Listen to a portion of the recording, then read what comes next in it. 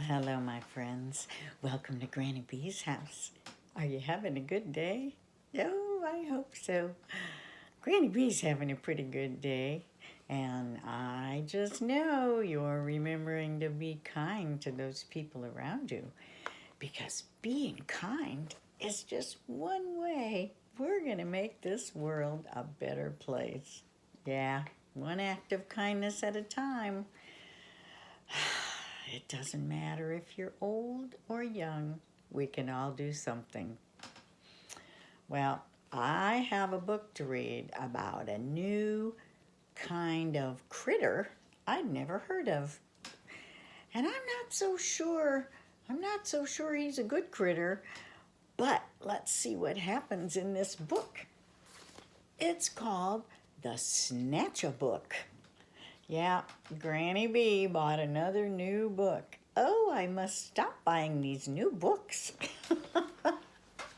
The Snatchabook, Who's Stealing All the Stories, is written by Helen Doherty and Thomas Doherty. So let's just see what's going on with this Snatchabook critter. One dark, dark night in Burrow Down, a rabbit named Eliza Brown found a book and settled down. When a Snatchabook flew into town. In every house, in every bed, a bedtime book was being read. This is my favorite page. I love this. Look at all the bedtime books being read to all the little critters. Tales of dragons spitting flames, witches playing spooky games, pirates on the 7 seas, princesses trying to sleep on peas. And every child in every bed listened hard to each word said. Eliza Brown at number 3 was reading quite contentedly. Her curtains opened, just a chink. She barely had a chance to blink. Her storybook just disappeared. Eliza found that very weird. The little owls on Mommy's lap were quite surprised to hear a tap against their bedroom window glass. Tap, tap. The noise came really fast. Before they'd even looked around, the book was gone without a sound. The wind blew wild across the sky. The smallest squirrel heard a cry. "What's that?" she whispered to her dad. But then, and this was really bad, before they'd had a chance to look, she'd lost her favorite storybook.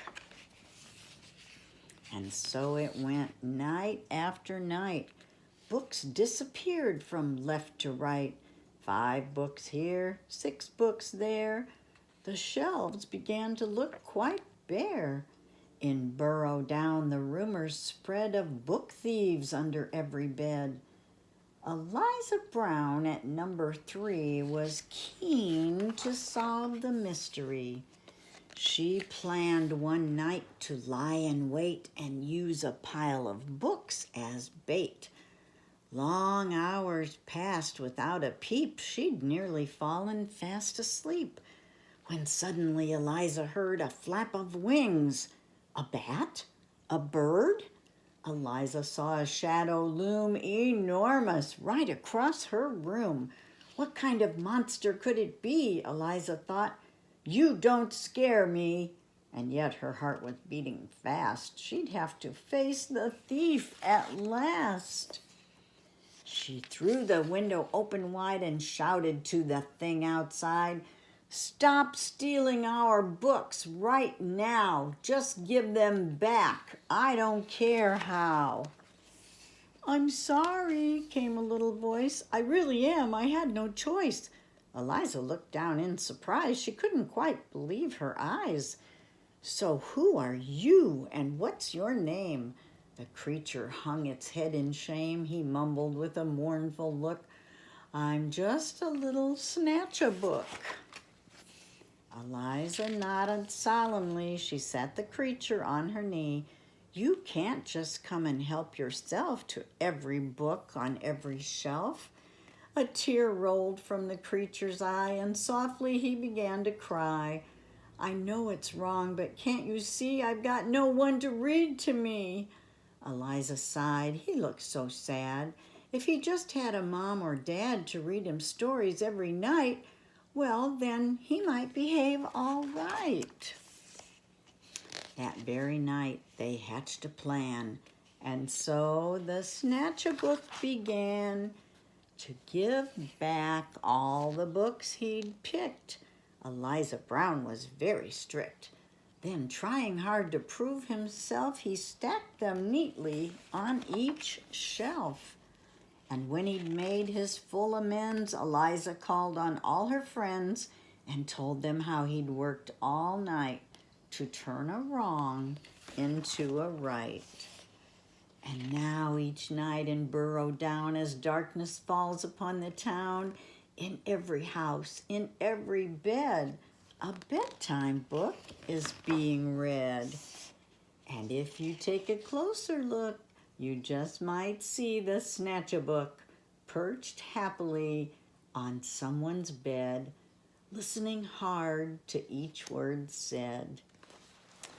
Wow, what a lovely story. That Eliza Brown, she was a good detective. She captured that Snatchabook and found out how she could help him stop stealing books. So I hope you have someone to read to you at night. And if not, I hope you will read a book yourself.